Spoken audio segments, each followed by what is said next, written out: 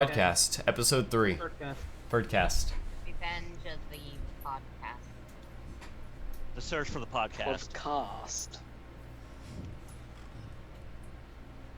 No. Podcast. is Podcast. Podcast. for Podcast. Yeah. You have to make that weird noise that British people make. Yes. Yes, podcast. In all seriousness, I've never heard any British person go, yes. I've heard every single British person I've ever talked to do that. How many have you ever talked to? Like, at least, let's change the subject.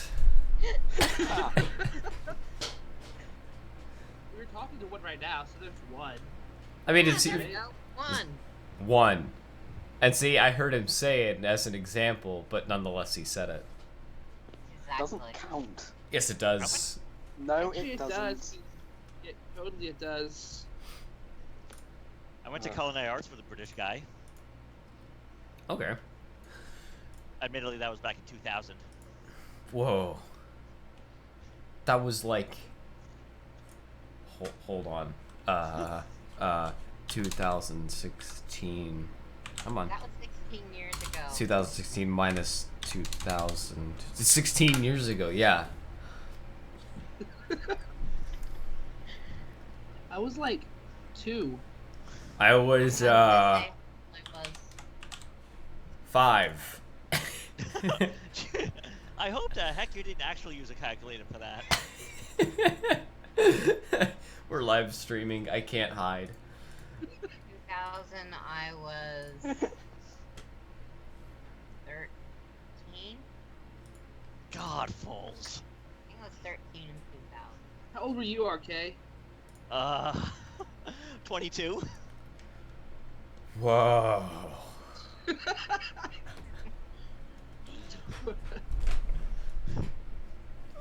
I swear, if we ever meet in real life, I'm gonna have to bring a cane or a walker or something just for the hell of it. Yeah.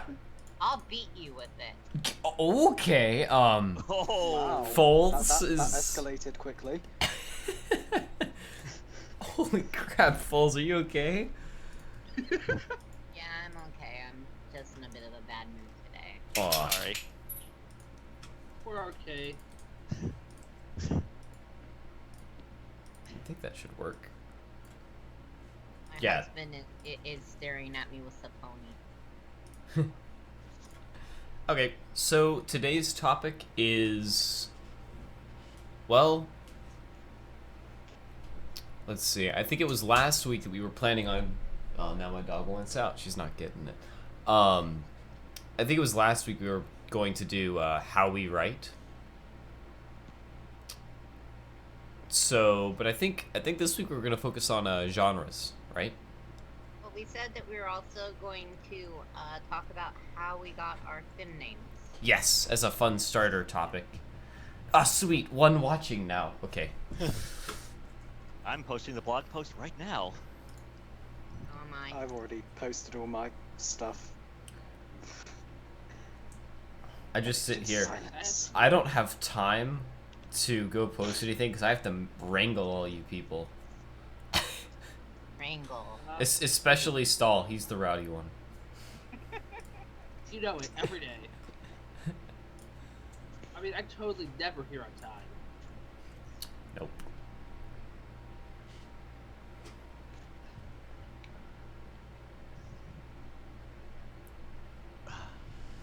Alright, so let's get started. Foles. Because you suggested this earlier in the stream, but we weren't actually streaming. How'd you get your name? Well, I got into My Little Pony because of my best friend tricking me. But once I started really watching the show, I've written fanfiction before, Sailor Moon and Tenchi mainly. And I watched all of My Little Pony up to where there was nothing left, and I decided that I knew enough of the characters that I think I'll be able to write My Little Pony in fiction, but I didn't want to use my fanfiction.net pen name, which I'm not going to say because it's really bad. So I went to my husband and I said, I need to figure out a name to use on this site, fanfiction.net. And he looks at me and he says, you know, this is really a fool's errand. Oh. But So there you go. That's great. That reminds me of how the Four Horsemen of Wrestling came up with their name. It was just basically something out of the blue. Well, in an interview, they had all four guys together, and Arn Anderson said, you know, you'd have to go back to the Four Horsemen of the Apocalypse to see four guys as dominant as us, and it was just off the cuff, and that's basically just how Foles got her name, and it was something awesome. Yep. It was just out of nowhere. I needed a name and he decided to make a pun and it was just perfect. So yeah.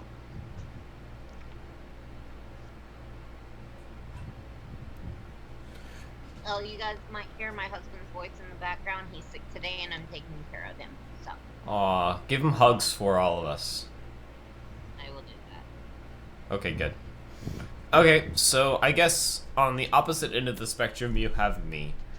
So, right now I'm being responsible and browsing Reddit during the stream with a whole bunch of fun cat gifs for you guys to look at. But if you look at my Reddit username, and I'll zoom in on it, because this is where it all started. It started several years ago. That is a mean word. It started several years ago. When I was 13, I was obsessed with Japan. I wasn't an otaku by any means, but I really liked the honor and such of their culture and was really fascinated with it. And, you know, one thing led to another. 13 was like the time when I was finally allowed to start playing video games because my parents were pretty hesitant on letting me actually game for the early years of my life. So I was like, okay, I'll just put my age after samurai because I think that's cool. And yeah, laugh all you want. It's pretty funny.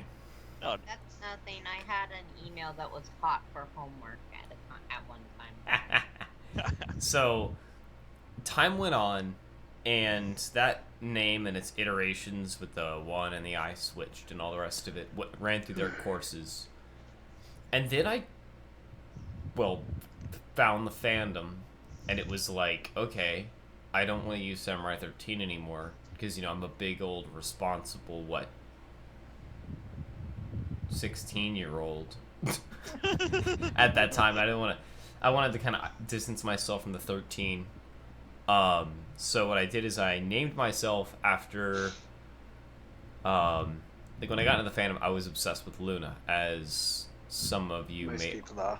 yeah, as most people are. And so I named myself the Lunar Samurai because I thought that was even cool. Shut up. And and so that was kind of my foray into the fandom. And then as time went on, I actually frequented this this website called cloudsdale.net. And they did what was the thing that they did? I had a friend on there with the nickname of Little Bird who would always call me Rai, R-A-I, after the last three letters in the Lunar Samurai. So I was like, you know what? I could do some concatenation and make this actually look really cool. So I took Luna, I'm going to just do this with my mouse, and Samurai, or rather Rai, R-A-I, and I was like, how can I add these together to make something cool? And what I ended up doing was moving the R and the A around and doing some weird stuff, and landed on Lunari, Lunaari. And that's what I've stuck with because it's easy for people to say. It's not like a really long, like the Lunar Samurai. Has something 13 and it's unique. And so I just kind of adopted that, and I've had that for about 2 years now. 2 to 3 years. And as always, I have one specific image that I always use across all my accounts. So if you see this pretty much anywhere, it's almost guaranteed to be me because I like being consistent. Where'd it go? There it is. This is my avatar, and it's on the stream for you guys. But I love this picture. I don't know where I found it. I don't know how I got a hold of it, but oh my gosh. Ever since I got it, I couldn't stop using it. I change my avatar constantly. Like, this year, Sunset Shimmer. My fanfiction avatar is Lemon Zest. My Discord avatar is an anime character. My Steam avatar is Starlight Glimmer. I'm all over the place. Yeah, you need some consistency in your life. That's why I only use one avatar. Well, he did just get a job, so that'll be some consistency. There we go. Congratulations, by the way, Stahl. Yes, congratulations. Yay for Stall. Yay. Welcome to the real world, she said to me, condescendingly. I guess I'll go with how I got my username. Okay, so this was like a long time ago, like freshman year, a long time ago. For reference, I graduated last May. Anyway, this was like freshman year, a long time ago, and this is before I got into the fandom. I was talking to my friend, and I was trying to man, I really need a Minecraft account username other than my current username for everything, which was CStall44. For those of you who don't know, Stall is my last name, so yeah. And I pretty much got to the point where he was like, I have an idea. You could use bathroom stall. And I was like, you know what? This sounds like a good idea. That was pretty much my whole story right there. And he's regretted it ever since. Pretty much, yeah. I mean, like, ever since I got stable stall, it's like, I wouldn't mind changing it to stable stall, but like, it would involve for other people to go around and to change the link from like fanfiction.net/user/bathroom stall to /stable stall. I don't really want to be that guy who makes me do all the extra work. So I was like, whatever, I'll just keep it. It's totally professional. I guess I'll go now, I suppose. Okay. I actually changed my fanfiction name earlier this week to the name I use most often on the internet, and which is Mr. Long's surname, which is obviously because I'm Mr. because I'm male, and I have a long ass surname which has like infinity Z's in it. So Say it. yeah. Say it. Can confirm. It looks None of us ridiculous. can pronounce it. I don't even think he could pronounce it. Excuse me. There's no Can you excuse. pronounce Do you it? want to bet? No. I'm However, I would pretty- like to poke at you. This is him. I'm pretty sure that he can pronounce his own last name. I No. know I can't pronounce my last name. No way. Way too long. To be honest, only me and my dad in my family can pronounce it properly. Wow, that's pretty Well, that is bad. impressive on your part. I would I was clap, actually, but that requires effort, so. I was actually at my like place I got my job at like 2 or 3 days ago, and this person asked me, it's like, what are you here for? I'm like, oh, I'm here for the second job interview thing. He's like, okay, what's your name? I'm like, Chris Stahl. And she was like, STAHL, and I was like, whoa, somebody just got my name right. Because I mean, like, when you think of Stahl, you think like STALL, but nope, I feel special. That Never happens happened to with me. my first name a lot. You're never gonna have those feels, are you, Mr. No. Long's surname? I will never. So, am I up next, or? Yeah, Yep. go ahead. Okay, back in 2000, I was working at a restaurant called the Weather Vane. I met a guy named John. Actually, I worked with 4 other people named John, which is my first name, so that was very fun. And we became friends. We're still friends to this day, which is awesome. And he introduced me to his gaming group. They played Jedi Knight Dark Forces 2. And I was just getting into the whole internet computer thing back then. So I was like, okay, yeah, sure, I'll try this out. And they're like, okay, you have to pick a username. And I was like, a what?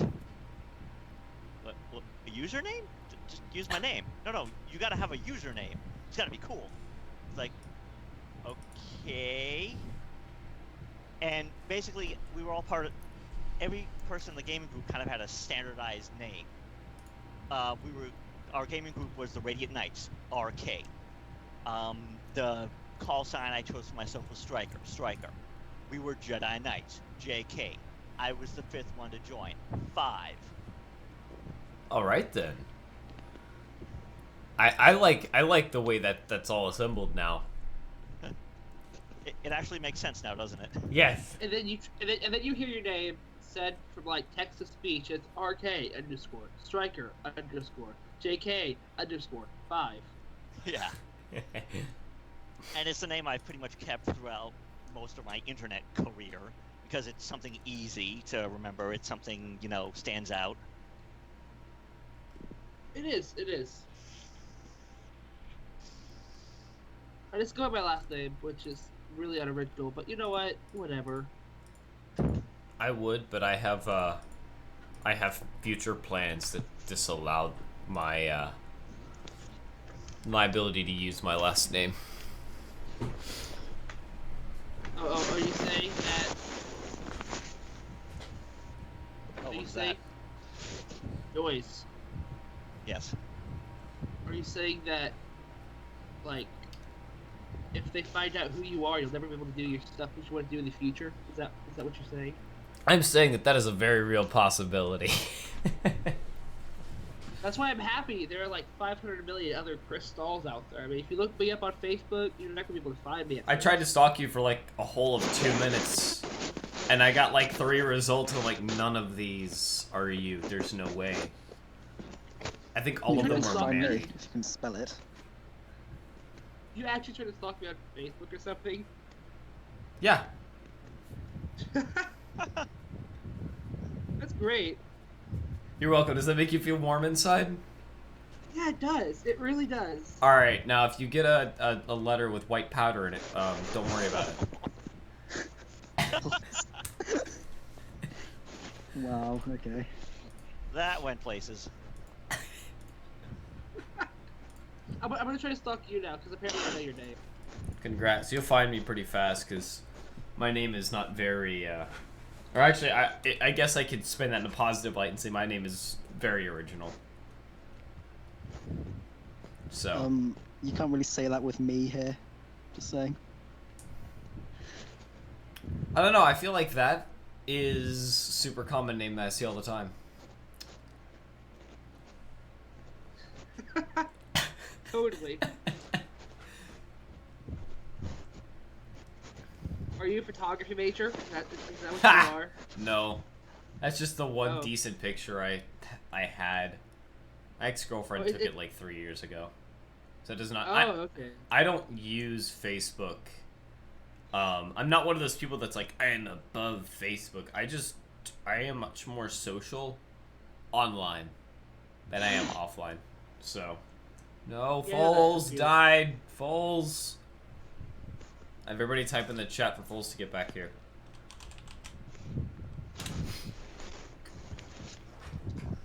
I guess while we're at a turning point, yes, rip Foles. Ah, there we go. Oh, welcome back, Foles.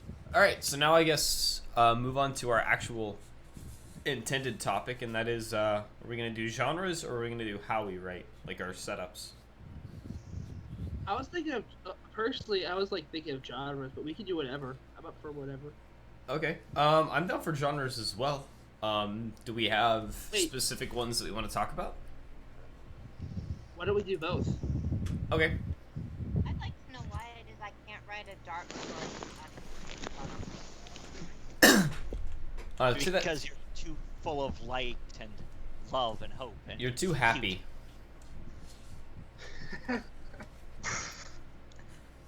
All you have to do is be sad. I'm really good at that when it's late at night. Well, you've read my dark fic. It's still fluffy, isn't it? Yep. All you can write is fluff. It's true. You can't write anything other than fluff. I mean, earlier today I was like, see, this story's fluff because it makes people feel happy in the end. With the story she's writing like right now. I'm working on a one shot for fathers. Aw. I'm fairly certain that's going to get featured immediately. I'm not that. Probably. I'm not that salty about it. Okay. Okay, so I guess Stall, since you actually had a concept of what you wanted to talk about, go for it. Oh gosh. All right. So genre. Yeah. Well, you see, there are many genres you can write about, especially in fan fiction. And honestly, we're gonna go with like mainly fan fiction genres here because. All right, so We're apparently gonna Stall talk is about- not ready. What? Can I talk about crossovers for a second? Well, Stall thinks. Yeah, let's all go. Hey, I got this. I know what I'm doing. Watch this. All right. So God. yeah, the genre I'm gonna be talking about is kind of required for like a fan fiction only type thing. We're gonna talk about writing alternate universe stuff because I feel like there's a lot of people out there who write it and fail at it because they're like, someone's gonna be like, oh hey, your Twilight Sparkle's out of character. They're gonna be like, well, it's an alternate universe. Of course you can be out of character. I'm just like, Okay, I'm going to stop you 1 second. I consider Yes. pretty much every fan fiction that someone writes has to be alternate universe in some manner. Do not get into okay, writers. true. When I say alternate universe, I guess I should specify that. It's kind of like the sense of like, it deviates from canon in such a way that it's impossible. Like, okay, take a story that Fold does, like something like she does, like Fluff, like what was it, like Princess Celestia? Do you have a belly button? That could happen in canon, possibly. So it's not alternate universe, in my opinion. Alternate universe is something like my story, That's Your Downfall, in which I portray the original elements of Harmony being Celestia, Luna, Discord, and all that jazz. Because there's no way that will happen in canon because it's already proven that that is not true in canon. You guys get where I'm coming from here? Yeah. I get it. Oh yeah, I get it. Yep. I was just Okay, trying to okay. make that distinction when it comes to alternate universe. Yeah, and that's good to point out. Actually, that's a really good story to say about the one you got on the screen right now. I don't know if it's still there. The last act of tragedy. I just read that earlier today, and that was an excellent example of an alternate universe because in that one, Twilight killed Pyrrhic. Oh, yeah. okay. I actually have that story in my opened up right now too. I love that guy. He's awesome. The author's great. Anyway, Zeke is awesome. He's a fairly good friend of mine. So Okay. yeah, alternate universe. The thing is you can't just write it like how the characters. You can't just like make the characters however you want them to be. You have to keep them in character to an extent. Because otherwise, you're not writing alternate universe about Twilight Sparkle. You're writing an alternate universe about an OC you made with the same name and description of Twilight Sparkle. There are decent amounts of fan fiction that do that. I'm going to hold my tongue, according to the old mantra: say something nice or don't say anything at all. yeah, we're not gonna call anyone out. Oh yes, it's obviously I'm obviously the worst when it comes. Okay, seriously though. The thing with alternate universe. Okay, I'm just gonna use my story as an example because I mean, like, I've gone over it a few times, so I know it like the back of my hand now, because I'm doing the sequel for it. Hint, hint, self promotion. Anyway. Anyway, in my alternate universe story, That's Your Downfall, I obviously portray Discord and Celestia as the two main characters. Luna's there as well, but she's just kind of, she's there as well because she has to be, Lots of me. because reasons. Anyway, I pretty much portray Discord as how I see him, pretty much. Like, he's still random, he's still kind of, he's still kind of fourth wall breaking because I totally did the thing with the pun at one point in time. If you guys remember that. Because Lunari actually meant that in Yes. the last episode. Yes. I had to keep that all in because it's still Discord. It's not like I was writing about XOC Anyway, the alternate universe isn't really that much into the sense of it's just the, it's just like the one little detail, which honestly is kind of big. Anyway, it's just that the fact that Discord, Celestia, Luna, Sombra, Chrysalis, and Star Swirl were the previous elements of Harmony. That's really about it for the whole entire alternate universe thing. I mean, yeah, sure, there's gonna be a lot of differences in it. That's like going to the future, but that's about it. Celestia is still Celestia, Luna is still Luna, and Discord is still Discord. That's the thing with alternate. I feel like I'm repeating myself here, but personalities are different, but everything else is up for change. Like the setting can change, the interaction itself can change, but they still act true to their character. Yes, that is the key in writing an alternate universe story. All right, RK, you want to go next with crossovers? Who would win in a fight, Star Trek or Star Wars? Star Wars, duh. Star Wars. You know what? Star Wars would win because I, the author of the fanfic, say so. Star Trek would win because I, the author of the fanfic, say so. You know what I find more interesting? Who would win in a card game, Jim Kirk or Han Solo? Solo would just shoot him, because he would shoot first. No violence, no violence. No Just violence. a card game.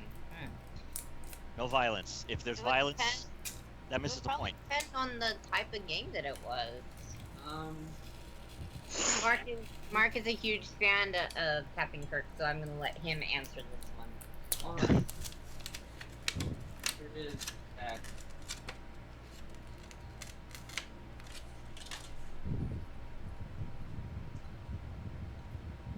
Kirk would probably win the poker game, but that's because not only is he a good card player, he's better at reading people, generally speaking. Solo knows enough to get out of trouble, but he also gets into trouble a lot by misreading people. Mm-hmm. And frankly, Kirk would also take a great deal of interest in what got Solo's attention. Yeah. There's one thing I've noticed with crossover. I'm sorry, Mark. For instance, if there was any indication, like a certain princess nearby that was causing Solo to be distracted or have something on his mind, Kirk would immediately take advantage of that through innuendo or other suggestion. He'd make sure that Han never completely had his mind on the game. Mm-hmm. It's a good analysis. I would... False. Yes, I was just gonna say, one thing about crossovers is that they can be so easily messed up. Yep. I see crossovers in a way of three different types. There's the A crossover, the B crossover, and the C crossover. A crossover is when the writer knows a lot about one thing that they're crossing over, but nothing about the other. Type Those B is tend- when... Those tend to... Sorry, Kite. Those tend to be hate fix or spite fix or, hey, look how cool this franchise is. Watch it stomp all over this other franchise and be all cool. Exactly. Type B is where the writer knows the pretty much exact amount of the one thing to the other thing that they're crossing over, and those are usually the best type.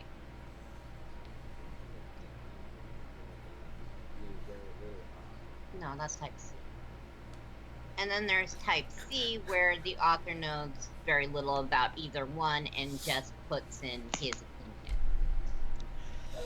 Those type usually are written by people who simply read what other people write about the franchises and take the fanon of whatever they're writing about as canon.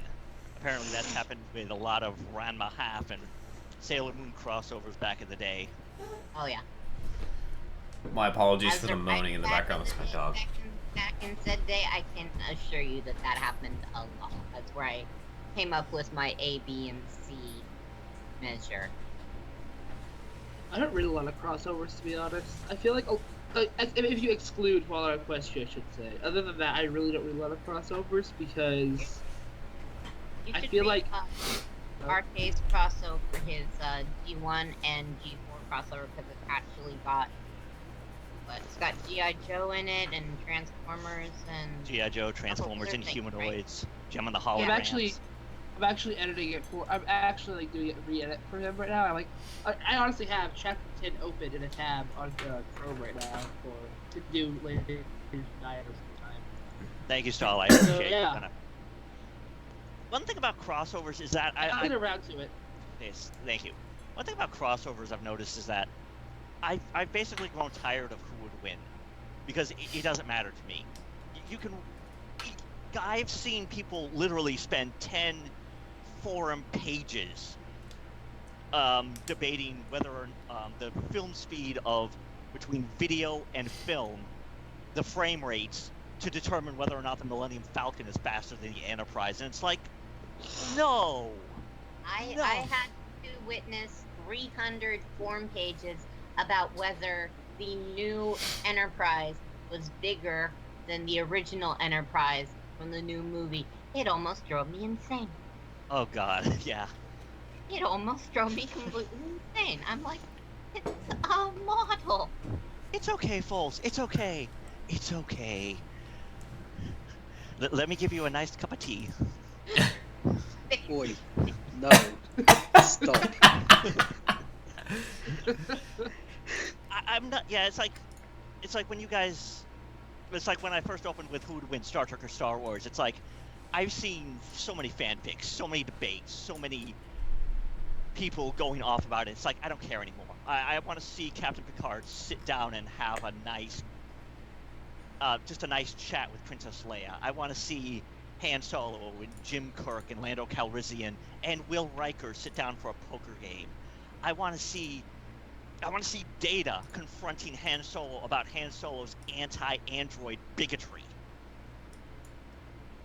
Or That would be anti-robot. an awesome story. Yeah, it would. I actually started one called Measure of a Droid a while ago, where from the old Legends continuity there was a droid by the name of, I swear to God this is his name, I know this is a British swear,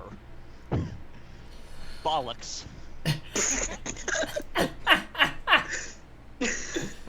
Amazing. I am dying. I swear. No, Alright, please don't die. That's lovely. Bollux. Bollocks and his droid companion, the Blue Max. Bollocks. Nice. Yes. Alright, Arcade, once you're done with crossovers, I guess it's my turn. Okay.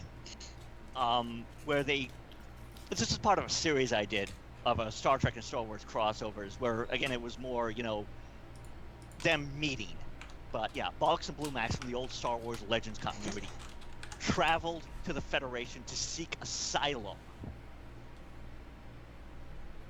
And like in the Star Trek Next Generation Season 2 episode Measure of a Man, there's a trial going on to determine whether or not Bollocks and the Blue Max are sapient enough, are actual living beings, and can seek asylum in the Federation.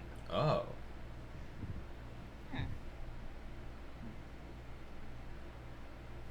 And it's like in My Little Pony, a lot of times I see what's known as, and I'm going to drop an F-bomb here, just to let you know, humanity. Fuck yeah!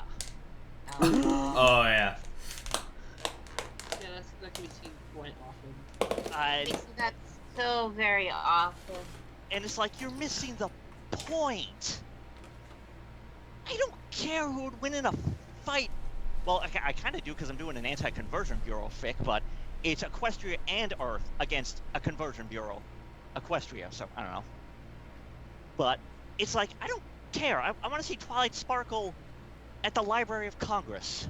Yes, I would love to see Twilight at the Library of Congress. I can very easily see her barricading herself inside and refusing to come out. That would be so funny. And then there's imagine all the political disruption that would happen. Do it from the, oh man, my imagination just took off. If you do it from the perspective of a newscaster who's dealing with the whole thing. Exactly. This is day 4 in the barricade situation where the young Princess Twilight Sparkle has barricaded herself within the Library of Congress and refuses to come out. She is minutes reading ago. all the books. She has desired to read all the books. Minutes ago, the co-ruler of Equestria, Princess Luna, entered to try to talk with her. We have received a report. Princess Luna is now demanding 3 tons of moon pies. Or Princess Celestia has gone off to Hershey, Pennsylvania. Ha. Oh God. Miss Princess, you need to stop. Need to stop what? Nothing. All the chocolate will be hers. I had Yes. another idea for my G1 G4 crossover. In that, on Earth, there's like a colony of about 25 million people on the moon by 2012. So I had an idea about Neil Armstrong, Michael Collins, and Buzz Aldrin taking Celestia, Luna, and the main 6 on a tour of the lunar colonies. Oh, And the that is Apollo- so. But I said that is really cool idea. and you know, the Apollo landing sites. And I mean, actually, that's one reason why I did the Hasbro verse. It's like I didn't want to deal with an Earth that would be fearful and, you know, they would cut you up, princess. Oh, It's like- God. Yeah.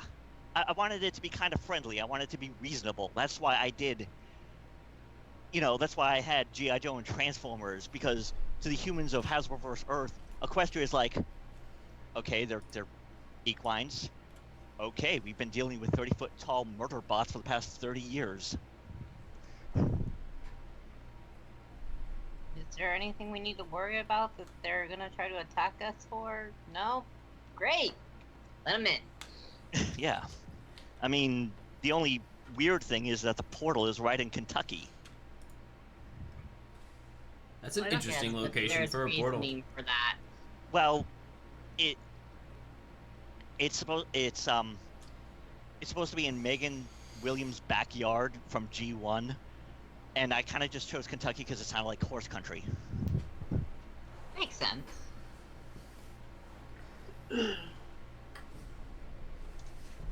Okay, it's gone quiet, so I guess that means it's my turn, and I'm going to discuss one that gets abused so very often.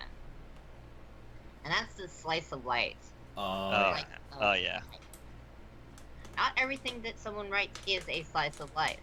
I'm actually going to go against and read exactly what it says in the frequent asked questions, what slice of life is. Hang on 1 second.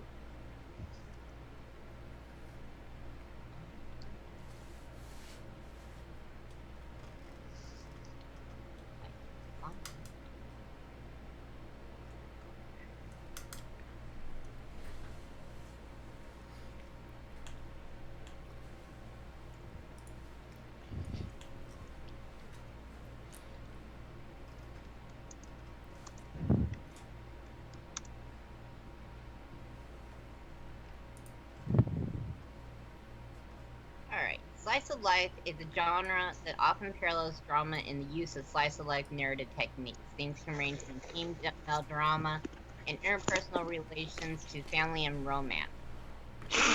Common trait of slice of life is the emphasis on the personality of more procedure.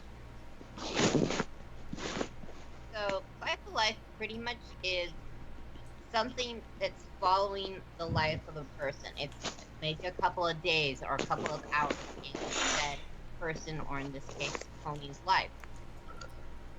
That means that if you have a pony going on an adventure, that is not a slice of life. You have something that jumps around in time, that is not a slice of life. Unless that pony is daring do and going on adventure is every day. Well, I suppose. But still.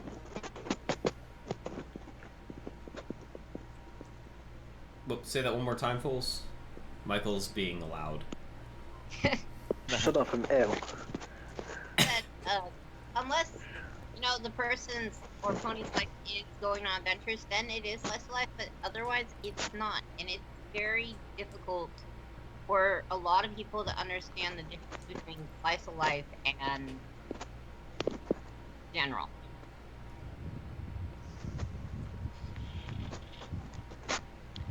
I'll admit, I'm not entirely sure what the difference is between general and slice of life.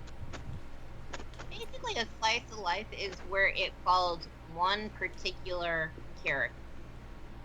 Like my, well, since you brought it up earlier, my Princess Celestia, do you have a belly button? That is a slice of life. It follows entirely Twilight. It doesn't switch off from Twilight to Celestia to another character. That would be a general fiction. As long as it follows just one character, then it can be seen as a slice of life. If it has multiple different characters in it, even if it's all occurring in one day or just a couple of days, then it is no longer a slice of life. It's general, a That makes drama, sense. or whatever.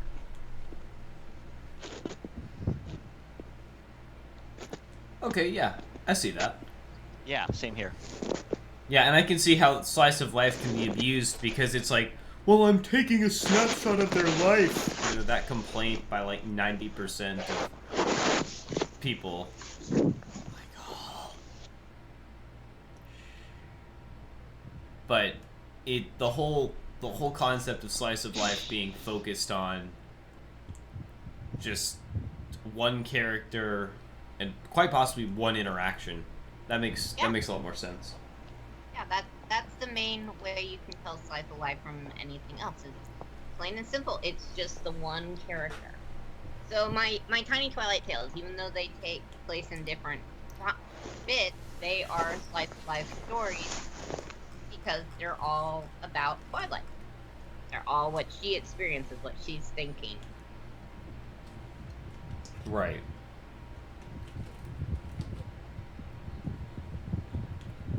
Okay, I'm done. Someone else take over. There's one thing I forgot to mention about crossovers that's very perplexing and very hard to do. And that's trying to convey information about, like, okay, we're on FimFiction, so, you know, you would presume that most readers know about My Little Pony: Friendship is Magic, right? Yeah. Good thing. The problem is trying to convey the likely. information about the other franchise. Like, okay, who here has played Mass Effect? I have for a spell or two. Okay, I've watched videos about it. okay, well, okay, say Foles, you were a huge Mass Effect fan. You know, you played all the games, you played everything about it, you've read the book, and you go up to me and you go, Stryker, I'm starting a new crossover, and I'd like you to read it. And I'm like, okay, Foles Aaron is writing a crossover. Foles Aaron is an awesome writer. That's cool. Would you like to know the sum total of what I know about Mass Effect is? The name. Okay. The main character is named Andrew Shepard. There are two species called Quarians and the Geth. And the main enemies are called Reavers or Reapers. And apparently the third enemy... Apparently the ending of the third game angered a lot of people. That's it. Yeah, that's the thing about crossovers is if you are going to be interested in it, you really need to know about the other thing. Otherwise, it's just really difficult to get into it. Like, I am actually working on a crossover fic, and I already got my holdings from the that are the mods of the site, so it is coming, and it is a Five Nights at Freddy's crossover. I've shown Saul. Not sure if I've shown anyone else. I don't know anything about that game at all. Exactly. I'd like to interject here and say something like, honestly, okay, whenever I first read Fallout Equestria, I'll admit that I legit had no idea about the, I take it back.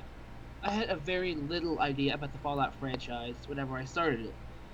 Pretty much all I knew was it takes place after nukes fell. That's all I knew about Fallout. Whenever I read Fallout Equestria for the first time, and I feel like it's a great example of doing the whole entire. This is what this is, and without confusing the reader on like what this stuff is. Yeah, Like, it explains everything perfectly to the point of, oh, I don't know much about this franchise, but I can still completely understand the story and get drawn into the universe because that's That what sounds happened about with right. me. Yeah, Fallout Equestria is a pretty shining example of what a good crossover can be, where you can have somebody come from the Fallout franchise and look at Fallout Equestria and be like, "Wow, I understand this," or somebody come from Oh, the wow. MLP franchise, come in, read it, and be like, "Wow, I understand this," without having any knowledge of the other side. Yeah, one of the big I'll things admit- about. Sorry. Go ahead. I'll admit though, with Fallout Equestria, it actually did get me into the Fallout franchise, so now I know a lot about both franchises. Oh, bonus. Yay. Well, one thing Oh, about speaking of crossovers Fallout, is Paul, don't forget we need to work on our little secret project. Oh yeah, we do. Thank you for reminding me about that. I was thinking about it like 2 or 3 weeks ago, and I was like, we need to do that again, and then I just completely forgot about it. Yes, it's What- a secret project that Stahl and I are working on, and it will be not revealed until such a time when it'll be It is. revealed. All right, Arcade, what layers was that? upon layers. Well, one thing about crossovers is that, okay, like I said with Mass Effect, say it's like a straight crossover where like Commander Shepard meets, just like crash lands into Equestria, and it's not like a fusion like Fallout Equestria. The problem is you have to try and convey the information without it just being blobs of text. Yeah. Like, how do you like have them go, oh, what's a Reaper? Oh, well, a Reaper is, how do you put that in organically? Do you know what I'm saying? You have to rebuild the That's world. interesting. I think the easiest way to do that would probably be to have a Reaper follow him and be able to describe it. What is a Hey, Reaper? That's what I was thinking. Maybe Twilight's with him and sees him like, oh my Celestia, what is that? And him explaining as he's killing it, you know. Okay. What is I'll a be Reaper? completely Does anybody honest. know? I actually have no idea. Okay. Wasn't I it don't a either. something like a artificial intelligence sent to destroy all organic life because it was not 100% logical, something along those lines? I think that they're giant squids, but They have giant lasers. There's extermination robots, from what I remember. I don't even know what it looks like. I'm so what's the pathetic. giant either. squid then? That's what that is. That's the, I believe. Let me. Since I'm on the stream, I'll actually be responsible and Google it. The Mass Effect I Reaper. can give you like a few good examples of like some other video games that we could talk about. I actually know about because I honestly play quite a few video games. Okay, Stahl, what's a video game? What video game do you play that you would cross over with My Little Pony that would just basically have me going, huh? That's actually a really hard one right there. Crossover with My Little Pony. Say that again, Foles. Think of True, the South Park game crossover with My Little Pony. There we go. Undertale crossover with ponies. I feel like Okay. Undertale's been crossed over with ponies like immediately. I feel like so much fan fiction and fan art has started because of Undertale. Oh yeah. Undertale is probably one of the most popular games of this time anyway. Anyway though, Undertale, RK, you know very little about it, right? I know nothing about Undertale, literally nothing. I do suggest you watch like a playthrough of it because it's really good, but pretty much, let's give one of the main characters. Toriel. Toriel is pretty much one of the first characters you meet, and she's pretty much a anthropomorphic goat lady. Okay. Like, if I were to introduce her into a story, I wouldn't describe her as Toriel. I'd like give it a okay. I take it back. It honestly depends on what site I'm on. If it's like fanfiction, I'm definitely gonna describe like what she looks like. Like she's tall, white fur, etc., etc. But if it's like somewhere like fanfiction.net where both stories, both parts of the crossover may be unknown, I'd honestly try to describe the main character as well because I mean, if I were right, the main character would obviously be a pony.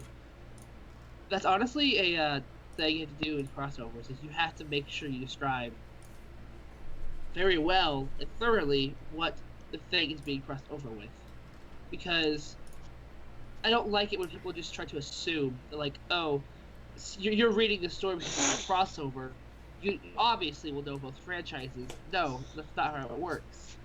I mean, I've tried reading crossovers before. I honestly have not liked a lot of them, but that's just me there. Like, the only ones I've ever liked are So Far Yours and the Fallout Equestria series. Well, thank you. But if I were to think about it, that's pretty much the only crossovers I actually could say I thoroughly enjoyed as I've read. Mhm. The rest, not so much. Yeah. I tried reading a Fullmetal Alchemist and Pony crossover at one point in time, and I just couldn't get into it, even though I knew both franchises decently well. I know a little bit about Full Metal Alchemist. I know the basic plot. That's one of my top favorite animes. I love it. Anyway, I just felt like the main character was acting out of character, and that's the main reason I stopped reading it. I was like, I don't feel like he'd act like this, so whatever.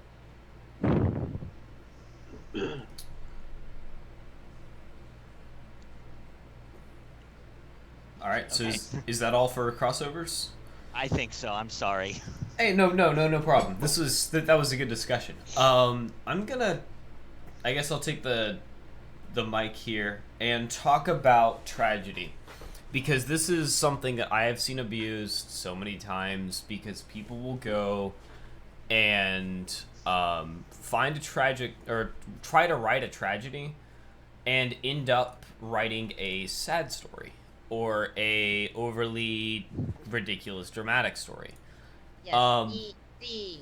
The thing about tragedy is someone has to die. Well, No, not really. That's not true. in the traditional sense Okay, somebody's of life has to be irrevocably changed. Yes. that. Okay, can I just say something here real quick? I'm sorry, this kind of reminds me of a thing that happened with me recently. Go ahead. Okay, so recently I was pre-reading a story for a group I'm in, and the story is called Frequency. It is by Paul Arson, I believe his username is. It's a really great story. I honestly went into the story without realizing the actual tag on it. All I really knew that it had the romance tag on it, and that's romance and human tags on it, and that's pretty much why I was reading it, because the group I was in needed those stories. Needed at least one of those tags. I read it, and I honestly thought the story was going to have a happy ending. And that's good. And I finished the story, and it's a bit of a kind of bittersweetish ending. And I honestly looked at the tags, and it says tragedy as one of them, and I honestly was not expecting it coming. Yeah, it's a little fun story for me right there. 10 out of 10 story though. I highly suggest it to whoever is listening to this. Yeah, but the thing with that, just playing off what Stahl said, is that's what tragedy is. It's not necessarily, or at least this is how I view it, it's not necessarily a story about excuse me, it's not a story about a death or a series of unfortunate events, which is usually how it is inappropriately labeled. A story of unfortunate events is more along the lines of a sad story, and it could be labeled as a tragedy in some ways, but a tragedy in the end means the main character does not receive their final desire. And this is something that's it's a lot of genres can be very easy to detect on the surface level, but tragedy has to do with the meta narrative, which is why I still don't like the fact that it is in the tagging system, because I feel like tragedies, labeling a story a tragedy can, in a sense, ruin the story in a way, because it tells people it's going to be a tragedy. But the thing about a tragedy is, in the end, what the main character has been working for all of their life, or for however long the story is not achieved. And instead of having a story where it's like, oh, okay, we're gonna climb a mountain and then we get to the top, a tragedy would be the character climbs to the mountain, but before they get to the top, they fall back down. And instead of ending the story as a as a falling action of just, oh, well, it's okay, everything's good and fine and happy, you actually start rolling the story through, and it works better in first person, in my opinion, but you start going through the character's reaction to that and their final thoughts on the entire matter.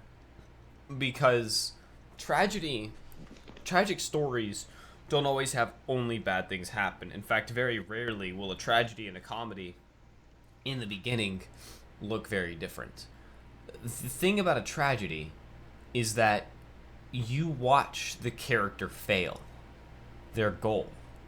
Because almost every story starts out with this, there's a goal inbuilt into the character that they're trying to get to. And whether or not it's completely apparent, there's usually that drive for something. Well, the tragedy is they get close to it and then fail, or they can't even start, or something like that. And it starts exploring the realities of, if you're watching a tragedy, or if you're reading a tragedy, and all of a sudden things start kind of falling apart, the author, at least what I usually do when I'm writing a tragedy, is I try to make the reader look, instead of glass half empty, you look at glass half full. If you climbed, 50% of a mountain and then could not continue, you could go back home and say, well, I failed. Or you could go back home and have a different perspective on it and say, well, I got half of it, that's pretty good. I mean, sure, it's not the completed thing and I'm disappointed in myself, but I can't look back at my life and say that, or back at that encounter and say that it was a complete failure, because it's not. And I really enjoy writing, at least with that kind of the tragic undertones, because it gives you a chance to explore how the character copes with failure. Something that, everybody does. We all fail. And so it's a very relatable, very intrinsic thing that we kind of all look at in our lives, and look back at our lives and say, well, I failed there, well, I failed there, and it forces you to think, well, did I really fail there, or was this just all a tragedy, and am I looking at the destination instead of the journey? And so the thing about a tragedy is it can tackle, because of the way the genre is set up, it can tackle really, really difficult challenges, like the concept of losing a loved one to an extremely terrible disease, or watching trying to, I guess I can go back to the other analogy, trying to climb a mountain and failing. And it forces the reader and the main character as one to reconsider all of their actions to see if that's something that was overall good or overall bad. And a lot of times when I look at tragedy, and look at tragic stories, I'll see people writing them as these, oh no, it's a tragedy. That means everything that happens to them is bad. But maybe in the end there's actually something good that happens to them. Maybe they do actually achieve their goal against all odds. That's not a tragedy. A tragedy would be everything bad happens to them, and then in the end, because everything bad happened to them, they can't do it. They can't actually make their achievement. And so that's kind of a disparity I've seen personally, and that's kind of how I define tragedy, as the main goal of the main character is not fulfilled, if that makes any sense. Okay, I'm just gonna interject right here. Personally, how I see tragedy is it does include that, but it also has a different standing to it. In my opinion, it's okay. At the beginning of a tragedy, the main character starts at a high point. For example, let's take Romeo and Juliet, because that's one of the most famous tragedies out there. Romeo is what? Is he the heir to his father's wealth and stuff like that as well? I believe so, yes. Yeah. I believe so, yes. He's heir to his father's wealth, and all he's really having a trouble about at the beginning of the story is that one other girl, I can't remember her name, not loving him back, even though he says that she's the best thing ever. When, she's... Yeah. However, throughout the story, as the story goes on, pretty much his character goes. His character gets kind of worse in a way. Like, it's not like a bad like character, but like his. Oh, what's the word? Like his that stuff that happens to him gets worse. For example, his friend dies, and that was a sword fight against someone else. I can't remember who it was. At the very end, as everybody knows, that him and Juliet both die. How I see a tragedy is it's not like it's not really like the main character achieve their goal. It's more like a story in which a character starts at a high point. At the very end of the story, they're either a low point or like they're dead. Like it's like the lowest point of them, and they don't like go back. Like as I mentioned before, Romeo and Juliet. Romeo starts off at a high point in his life, and then goes at the very end, he's dead because of Juliet and all that jazz. Yeah. I don't really.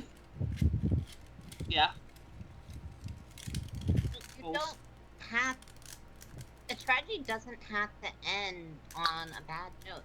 That's the thing. Yes, this is true. Tragedies do not have to end badly. You can have a tragic story where, say, you're talking about the main character and they're about to get married and their fiance is murdered the day before the wedding. There, you have your tragedy, but that doesn't mean that the story has to end on a bad note. The person could go on to find another love. They could go on to figure out that they're not ready yet, but they become a better person. It just, a tragedy has to be where the person in the story changes in a manner in which they are no longer the same person anymore. I guess it's the death of the character, of who they were. I can actually like come up with another example for that right there. What you just said, like the tragedy not really ending on a bad note. Have any of you guys read The Fault in Our Stars? Yes, I have. I've seen it. Good. No. So what's the other one here? Anyway, as you guys know, it sort of is a tragedy. I'm not gonna give spoilers away because it still is kind of a newish book. I don't really want to be like that guy. Anyway, it ends on. Honestly, it kind of ends like on a happier note. Like it's not like it's hopeful. It's on a hopeful note, I should say. Yeah. But the end of the story overall is sad. So in theory, it could be considered a tragedy, but as Cole said, as I said, it doesn't end on a really truly bad note. Kind of like how Lunari was explaining, in the sense of a tragedy could end with like a, well, we failed, but that's not the worst thing in the world, right? Yeah, and it one of the staples I've seen with tragedies. I think I mentioned this earlier, but one of the staples is that ability for the character to look back on things and see them as how they wish to see them. Instead of looking at everything bad that happens as black and white, is terrible, they can look back at the positives in the life. And The Fault in Our Stars is a good example of a tragedy, a well-written tragedy. It's pretty cliche in some moments, but especially the movie, just simply because of its subject matter and its target audience. I actually haven't seen the movie yet. It's pretty okay. Yeah, it was good. It was decent. I have personal bad memories wrapped up in it, so I can't give it an overwhelmingly positive review because I'll be biased. But that was definitely a good example of a well written and a well executed tragedy. Mark wanted to say something, so I'm gonna let him. Everybody's been talking about tragedy in terms of failure. What about the first kind of tragedy of all? Where a character succeeds in their goals and then finds out that the meaning of their success is completely not with what they thought.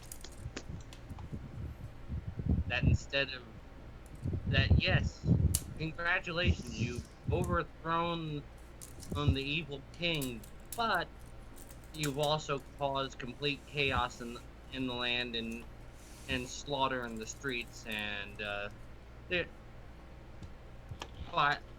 by achieving your goal, you've made things worse than they were before. I guess a good example of that could be Mary Shelley's Frankenstein, because Dr. Frankenstein does achieve his goal, but it pretty much it's horrible in the It end. blows up in his face. Yeah. Yeah. Yeah, I think that's definitely a good point. And that is, it doesn't the tragedy doesn't necessarily have to immediately affect the main character. And the main character could achieve their goals, but then see a tragedy come about because of them. So yeah, I can definitely see that.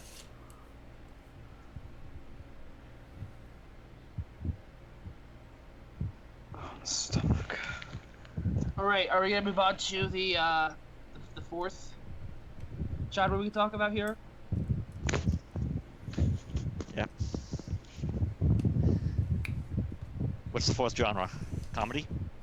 Yep. Well, that's like the complete opposite. So yeah.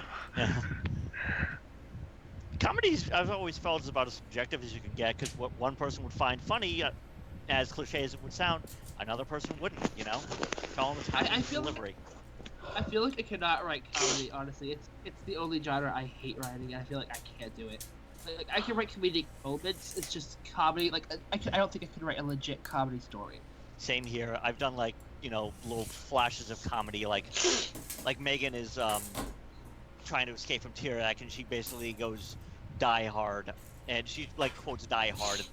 It's kind of funny, but it's more deadpan funny. Yeah, and that's I fully agree. I cannot do like a complete comedy.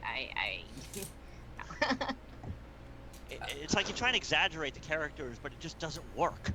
I think the most similar genre for comedy would be slice of life, because a comedic conflict. I know, going back to Shakespeare, the comedic conflict's typically confusion.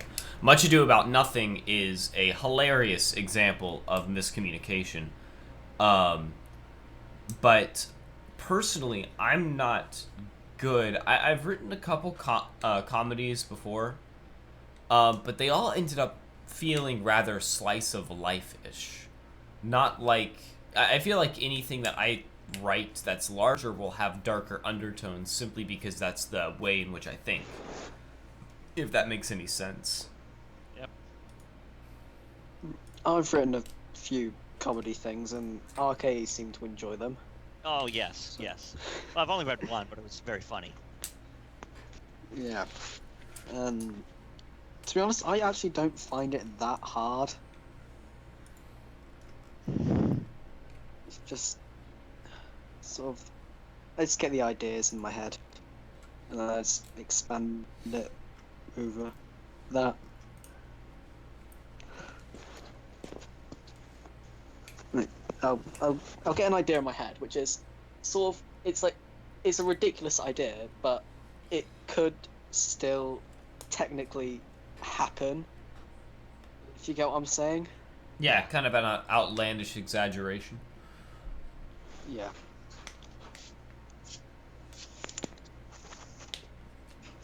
The most recent comedy I read was it was in the featured box recently. It's called Thanks Mom.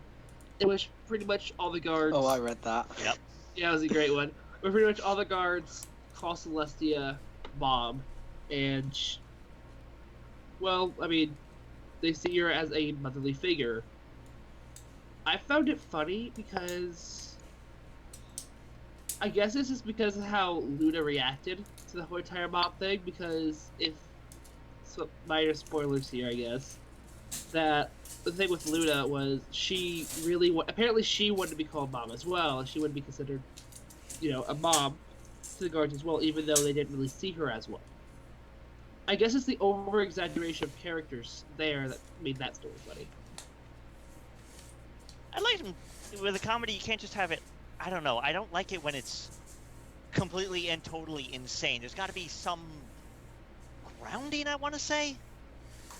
Like, if it's too wacky, it's just like, Yeah, it's just over the top. It's a very fine line to walk, and I don't trust myself to walk it properly.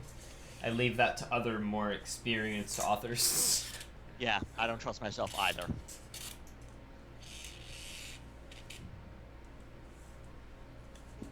I have an idea for a comedy, if that counts, and mine's pretty much gonna be it's gonna be like kind of like a miscommunication type of comedy in which the main character thinks something is one thing, but it's not, and things escalate from there.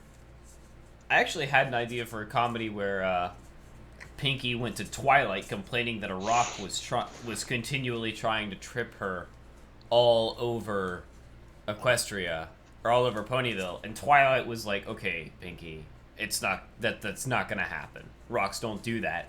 And then she starts doing, science Twilight, and then she realizes that something's going wrong, and like the rock may actually be doing that, and just kind of watch the two characters kind of collectively freak out because of that. I just kind of snicker when I think about it sometimes. I would read that. I would read that too. Write it. Abby, I have a story idea. This isn't the original one I mentioned. I had a story idea. We're pretty much. Do you guys remember like back in the day, the season 2 finale? I think so. Yes. Yes. Remember how at the very end of the episode, they're all like dancing and stuff like that to that one song, and this is a picture of Rainbow Dash dancing with Soren. Yes. Yes. My original story idea was the Cutie Mark Crusaders find it, and they try to do the like Matchmakers 2.0 type of thing. Oh. This time, Oh. they have proof. That was a story idea I had like a long time ago. I never really capitalized on, which I feel like I want to do it one day, like as a one shot, but just maybe whenever I'm like okay at comedy. Yeah. Maybe I should do a different comedy story. I should do my other comedy story first before I come out with this one here. The other one's gonna be a surprise because otherwise it takes away from the amazingness of what it is already. Now that I think about it, I kind of did a comedy one-shot as part of my... It's known as Side Stories of First Contact. It's basically side stories of, like, first contact between Earth and Equestria. And basically, Twilight, Spike, and another human named Danielle play host to 3 Transformers from the subgroup known as the Junkions. And their thing is they're basically walking trash heaps that talk TV all the time. And one of them is basically their son, Wreckguard Jr., who basically has the mentality of a 5-year-old and the firepower of a Marine division. Oh, that sounds entertaining. Yes. Yay, my microphone jack finally arrived, so I'll actually be able to use my mic next week. Awesome. Yay. Yay! Yay. Yeah, as I mentioned before, I'd say comedy is a lot. It's really subjective. Like, what one person finds funny isn't gonna find someone else is gonna find funny. Yes. You have to have a very specific target audience. Because But it also go on. the comedy, I've seen this a lot online, is like if you look at even different websites, and I'm gonna pull out the infamous 4chan here. 4chan has a very different sense of comedy than Facebook, and you really have to target an audience because it's really easy to write a story. Well, not really easy, but comparatively easy to write a story that tackles, a stronger topic like death or something like that, because we as humans generally have similar feelings about more serious issues. But when it comes to comedy, 4chan makes fun of the most obscene stuff sometimes, and they find it genuinely hilarious.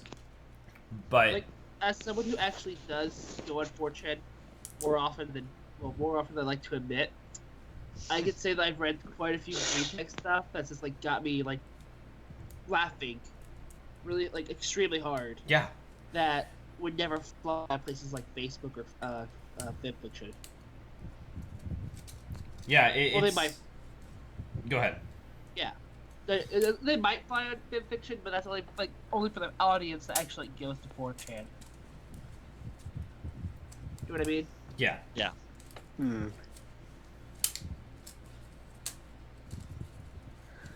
Oh, I feel awful. Oh, I'm sorry, Michael. I'm sorry, Mike. Guys love being sick. Sorry if I've been sniffing quite a lot in the background. It's all right. It's no problem. We understand. Ugh. Thank you for Being showing sick up.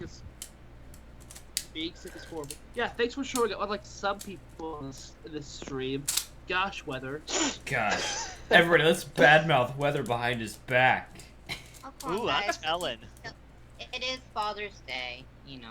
Yes. Happy Father's Day to all the fathers out there. Ah, yes. I have an awesome father. Yes, happy Father's Day to the people out there who have dads. Yay! Or the dads. Yep, whatever.